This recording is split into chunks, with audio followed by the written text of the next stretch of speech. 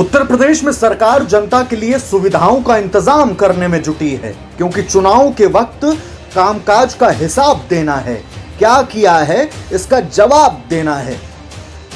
लेकिन चंद अधिकारी सरकार का हर हिसाब बिगाड़ना चाहते हैं, विपक्ष के सामने जलील कराना चाहते हैं। हरदोई से भी एक ऐसा ही मामला सामने आया है। यहां अधिकारियों पर भ्रष्टाचारियों को संरक्षण देने का आरोप है। आरोप लग रहे हैं, सवाल हो रहे हैं, लेकिन अफसर मौन हैं, जानना ही नहीं चाहते हैं कि जिम्मेदार कौन है। सब मिली भगत है, गरीबों का हक उड़ा दिया गया। रिकवरी नाम की चिड़िया तलाश करने पर भी नहीं मिल रही।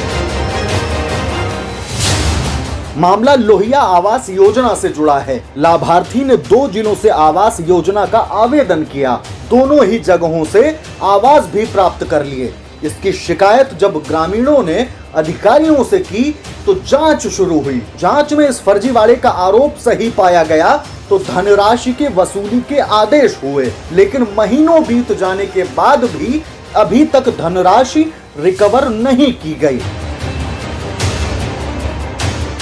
प्रधान अपने आदमियों को और अपने रिश्तेदारों को और घर परिवार वालों को लोहिया आवास बांट दिए, जिसमें लोहिया आवास बनवाए ही नहीं, बिना बनवाए पैसा हड़प लिया गया उनका।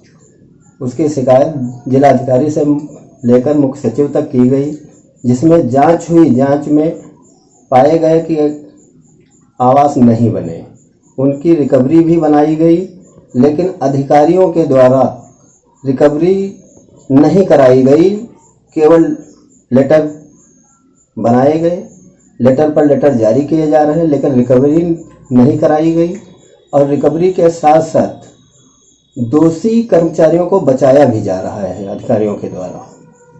न मुकदमा उन पर दर्ज कराया गया और कुछ ऐसे आवास लोगों को दिए गए हैं जो आवास के पात्र नहीं हैं। जैसे कि कुछ नाम भी हैं, जैसे कि मुन्नी देवी पत्नी कहिले, 2009 में इनका पक्का मकान बना हुआ था। 2 ग्राम पंचायतों में 2 हेक्टेयर लगभग जमीन भी है उनके पास। हर खेत में इंजन बोरिंग भी है उनका। उन्हें भी लोहिया आवास का लाभ दिया गया, जबकि इन्हें लाभ नहीं मिलना चाहिए था। जो गरीब व्यक्ति हैं उन्हें लाभ मिलना चाहिए था। इन अपात्रों में जिस अर्चना अवस्थी को घर मिला है वह स्थानीय ग्राम प्रधान के रिश्तेदार है, और जब गांव में खुली बैठक हुई तो इनको गांव निवासी दर्शाकर इन्हें आवास योजना का लाभ प्रदान कर दिया गया। इस पूरे मामले की शिकायत जब की गई तो सीडीओ निधि गुप्ता वत्स की ओर से इसकी जांच कराई गई। परियोजना निदेशक डीआरडीए व भूमि संरक्षण अधिकारी ने जांच की और इसकी रिपोर्ट सीडीओ को सौंपी।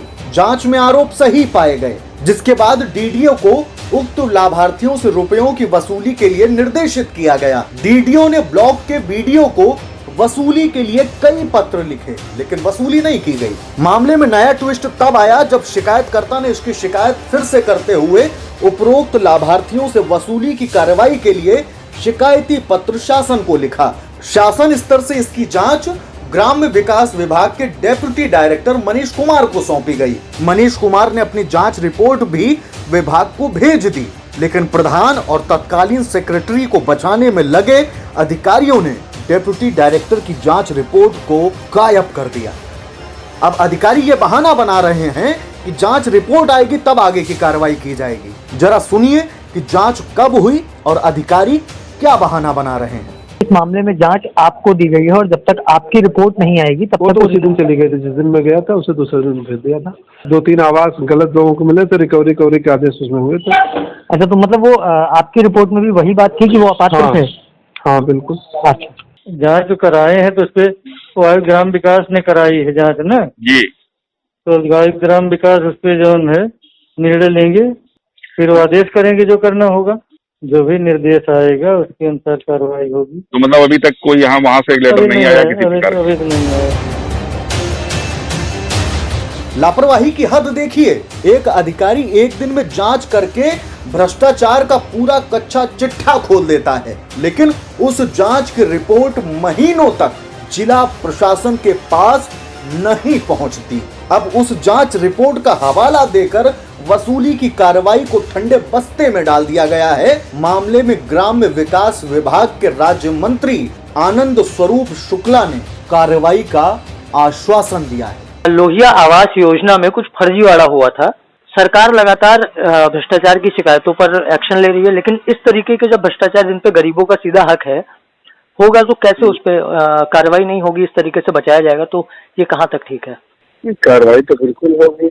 नहीं आप मुझे कोई भी इसका एक भी रेफरेंस का लेटर कोई हो जिससे इस प्रकरण की जानकारी हो जाए, जो भी एक हो तो आप मुझे मेरे इसी नंबर पर व्हाट्सएप कर दें। हाल बेहाल गांव, शहर, अस्पताल, बिजली, सड़क, पानी, कई सवाल। कितने में बिका ईमान? पूरी पड़ताल। किसने लगाया चूना, किसका बवाल? सुनो सरकार,